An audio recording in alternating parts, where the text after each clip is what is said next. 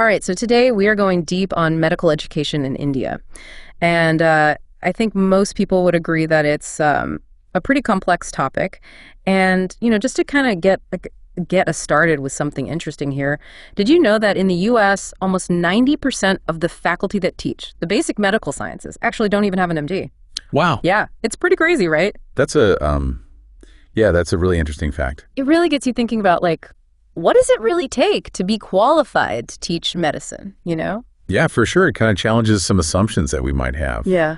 And that's a good kind of segue, I think, into what we're going to be looking at today, which is the often overlooked role of educators in India, specifically those who have M.Sc or Ph.Ds in the medical sciences, but they don't have an MBBS. Right, yeah. So these educators are absolutely essential in India, especially when we think about how large the need is for medical teachers there. But these teachers often face an uphill battle in a system that really prioritizes having an MBBS degree. Yeah, that's right. And that's where things get really interesting, because it's not just about qualifications on paper. There's kind of a deeper conflict here that's impacting the quality of medical education. And it could even have impacts on healthcare in India down the road.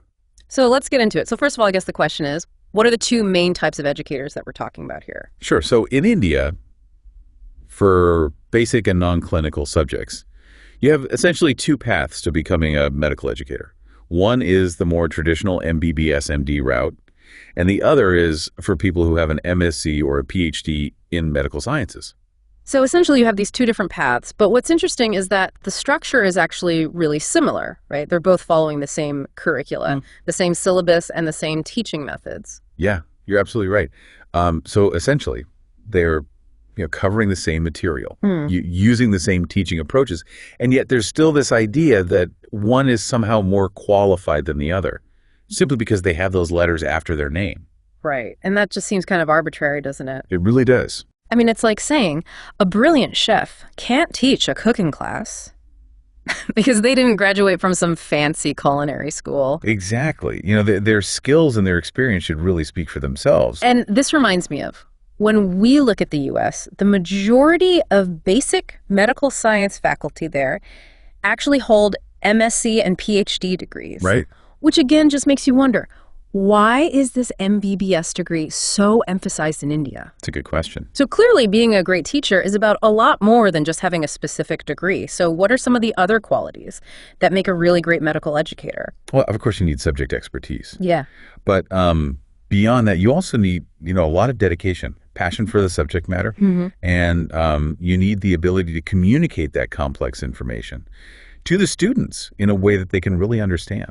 And something I found interesting while I was reading about this is that, a lot of these MSc and PhD teachers, they are so committed to their work. Yeah. And they often go above and beyond, maybe because they're always having to prove themselves. That's a really good point. Yeah, they're not just showing up and phoning it in. Yeah. They're really driven to excel. Yeah. Despite the fact that they're facing a lot of challenges in a system that often doesn't value them. Yeah. Right. So now let's add another piece to the puzzle here. So India has this massive shortage of medical faculty. Yeah. I mean, we're talking about a significant percentage of MD seats in those non-clinical subjects just remaining vacant every year. Wow. So you have this dire need for teachers, but then at the same time, there seems to be this resistance to fully utilizing all of these qualified MSc and PhD teachers who are basically ready and willing to step in and teach. Right. It's a paradox. It is. It really reveals a deeper issue, I think. On the one hand, you have the Ministry of Health and Family Welfare in India, and they actually recognize the value of these educators. They advocate for their inclusion. They see the need for teachers. They see that these teachers have potential, and they're trying to do what they can to address this shortage. But then on the other hand... Okay, I was waiting for On the other hand, you have the National Medical Commission, so the NMC, and they've been taking a more restrictive stance toward these MSc and PhD teachers.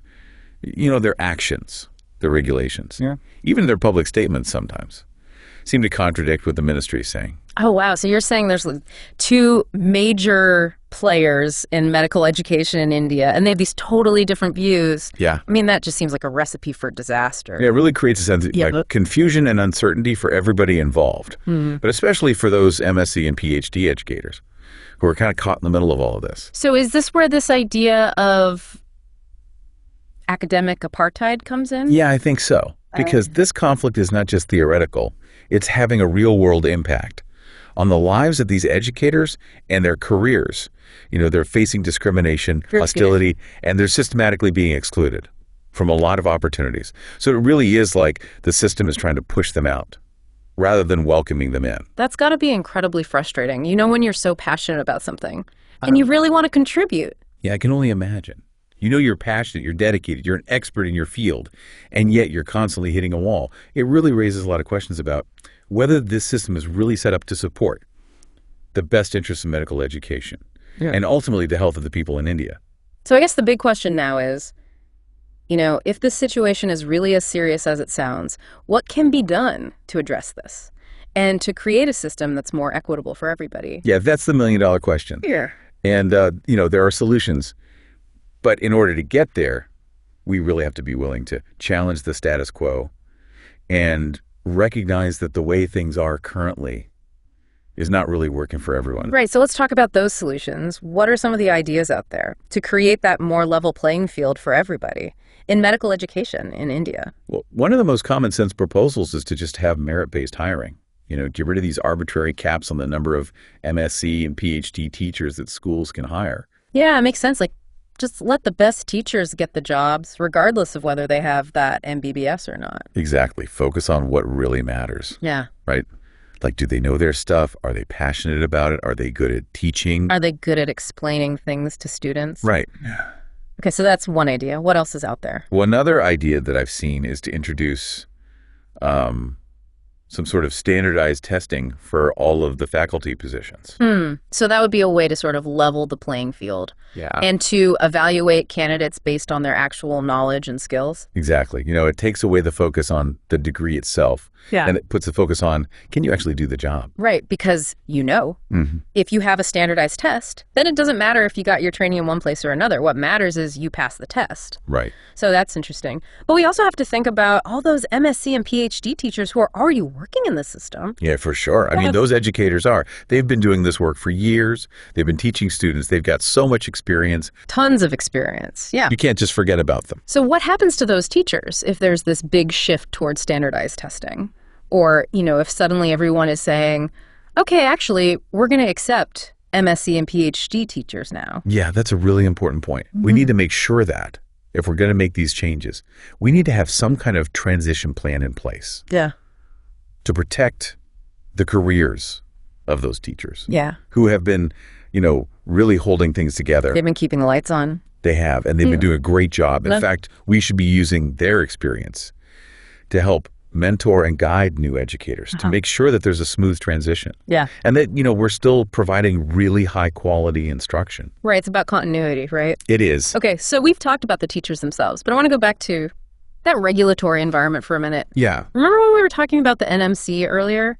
Yeah. And how they have those two separate documents, like the MSR and the TEQ. Yeah.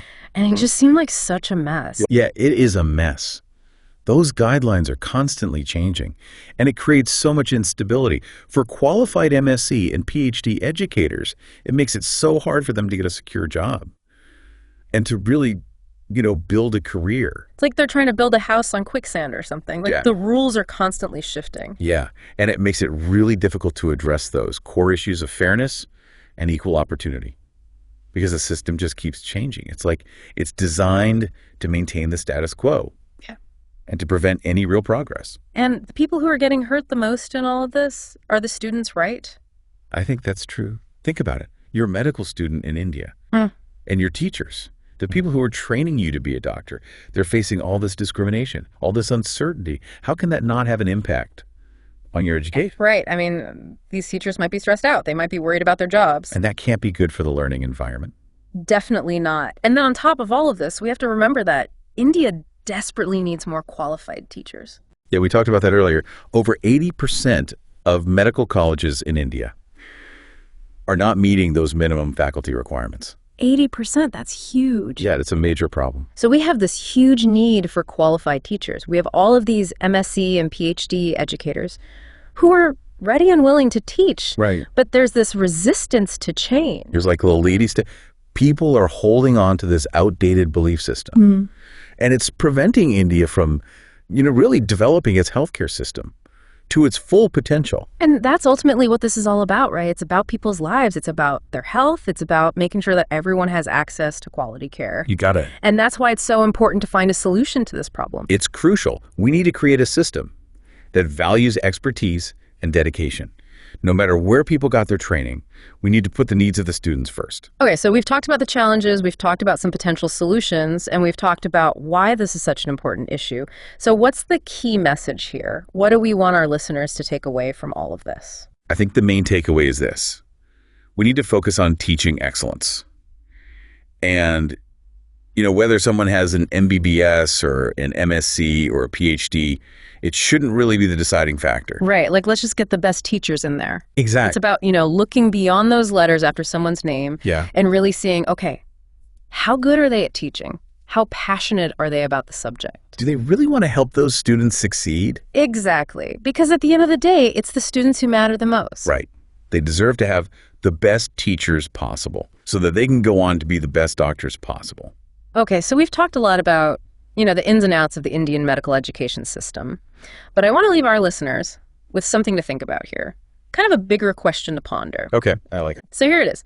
If the goal in India is to produce the best doctors, shouldn't we be focusing on selecting the best teachers, regardless of their background? That's the question, isn't it? Yeah. It really challenges us to rethink some of our assumptions and to prioritize excellence above everything else. And it makes me think about what the future of medical education in India could look like if they really embrace this idea.